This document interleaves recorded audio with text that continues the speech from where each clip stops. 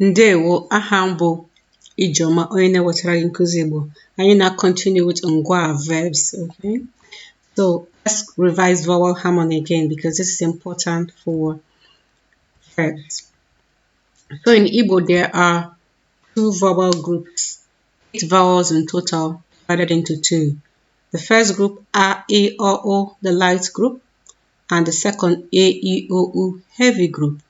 And each one has a leader. So the A group, the A is the leader, while the A group, the A is the leader of that group. So note the leaders of each group, okay? So why do we have vowel harmony?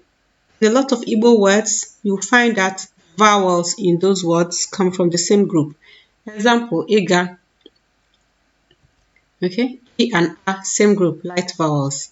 Ime, E and A are the vowels, and they both come from the heavy group. Olo, O and O, light group. Oche, O and A, heavy group. Can you see? So not just in verbs, but a lot of Igbo words, we have vowel harmony.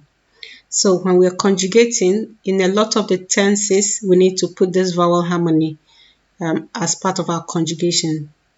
In some cases, like the past tense, it does not apply, but in a lot of other tenses, we have to pay attention to the vowel harmony. Okay? So command tense is what we're doing today, imperative. So this is the tense that used to request things like do this, please go, please come, eat your food. Okay? So command or request. This is the tense that you need. So here's the formula. You find the root of the verb. And if you've not watched the videos that describes the roots, I'll mention it again here. But when we did present, future, and past tenses, we also talked about the root.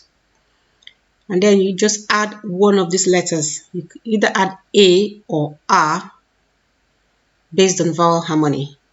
Okay, but in some instances, rather than A or R, you will need to add O or O. And I will tell you when you need to do the second two. But let's pay attention to the first A or R. So we're going to use Iga, which means to go. Now the root of this verb is ga. So when you take out the first E in the infinitive form of the verb, you have ga. That ga is the root. Okay, so that's what we mean by root in that formula. And now we need to add one of those letters, just one. Okay, and we're going to use vowel harmony. What vowel is in ga? A. Good. And now we need to find out which group does A belong to. A belongs to the light group. Okay, you can refer to the other slide. It belongs to the lighter group of vowels. Now the next question is, who is the leader of that group? It so happens to be A anyway. So what that means is we're going to choose A. Okay, so where the formula gives us 4 options, A, R, or O, we're taking A. Now we have ga, and that means go. So that's an instruction.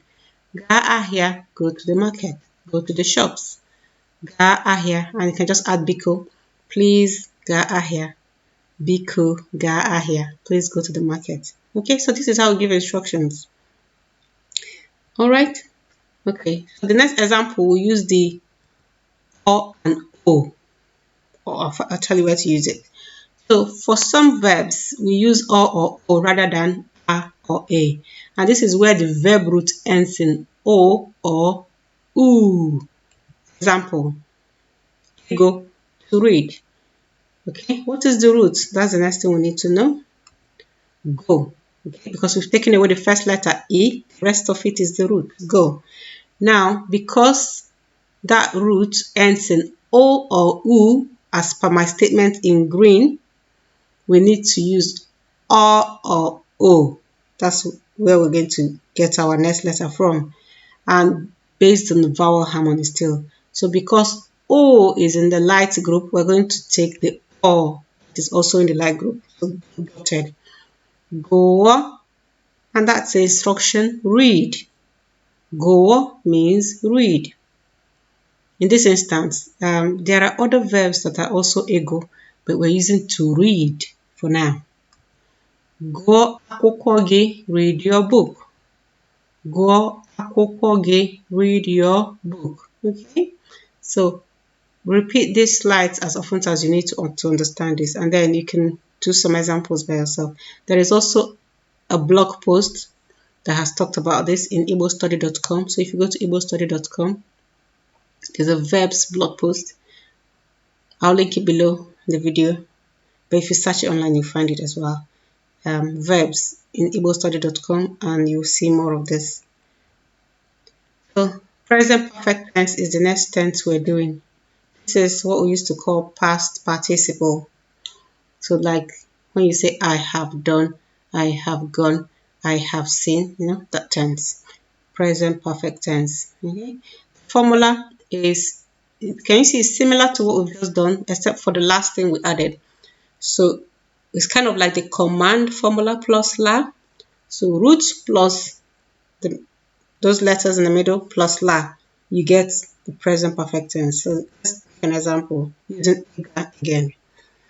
Eager to go. Okay, and we're going to choose one of those in the middle. And because we've already just done this, we know it's a.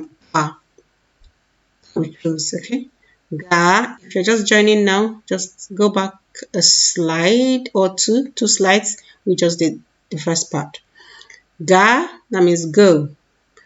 Now we're going to add the la, and that becomes have gone.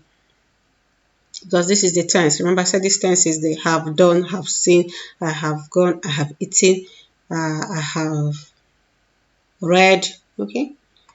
So, ngala ahia, I have gone to the market. Ngala ahia, I have gone to the market. Okay. I want to show you something. There's sometimes you have a slight variation. Don't bother so much about this variation I'm about to tell you, because in speech it might not really matter. It's quite a subtle difference. But when your subject has more than one letter, remember the last example I gave you, the subject was just one letter. Galahia. So if you have something like, let's say my name Ijoma, so that's more than one letter. The gala changes slightly. We just add one more thing. Okay, so let's get it to gala first. So here we're using Ngozi gala here, which means Ngozi has gone to the market. So I added an A. If you notice, there's an A, extra A at the beginning of gala. We do that when the subject has more than one letter. Okay, like Ngozi does.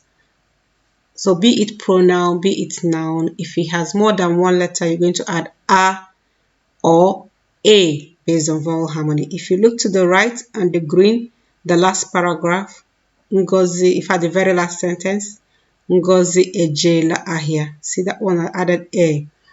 They kind of mean the same thing. Ngozi has gone to the market. If you're familiar with the verb J, you know that J also means go, like we use ga. Okay, so again, look at the blog post and to help you understand more.